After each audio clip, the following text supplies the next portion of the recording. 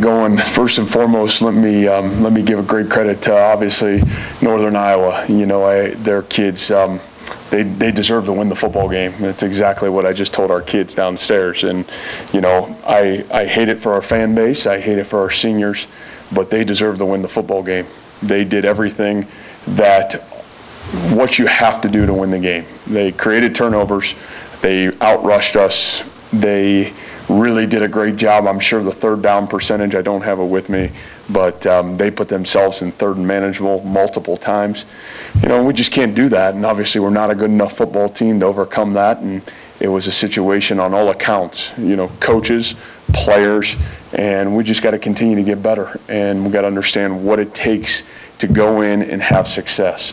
And, you know, with that said, I'll certainly open up for you guys for questions. Yeah, you know, and you can, except you're in 1st and 20 and 2nd and 20 so many times. And, you know, I think there's 3 or 4 times in the first half of the football game where Mike breaks a 15-yard run, and then all of a sudden it's getting called back, and you put yourself in negative yardage and negative situations again. And we were, you know, offensively, we were just so off. We were always playing catch up all night rather than in any sort of rhythm. And obviously Mike's got to be able to run the ball, and you know, we've got multiple backs that can do that. It was great to see David get in and do some positive things, and you know, Kene kick return, and again, ball in his hand. So, you know, we did that to ourselves a little bit, and it's a situation where we got to learn from it, because obviously we're not going to be able to have success if we can't run the football. Yeah, I think it's hugely frustrating. You know, I think there was a lot of things that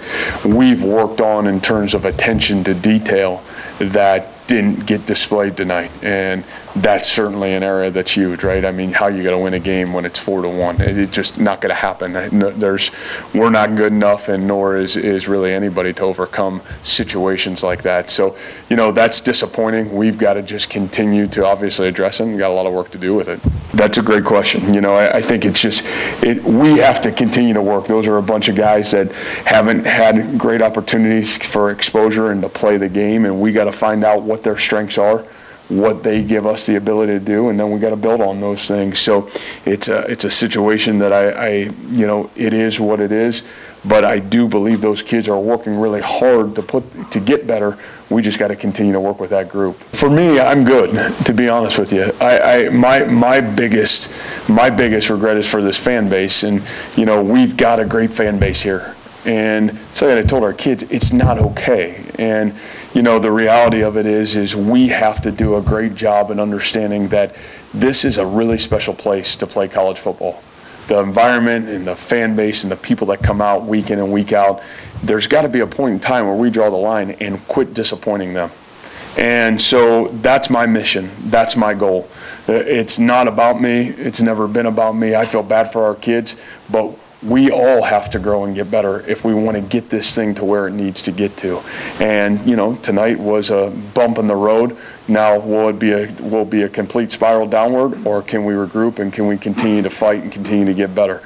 That's going to be the telltale sign of this football team. And so, you know, it's a tough pill to swallow, but the reality of it is we got outplayed. We put ourselves in some really bad situations, and we got to get better.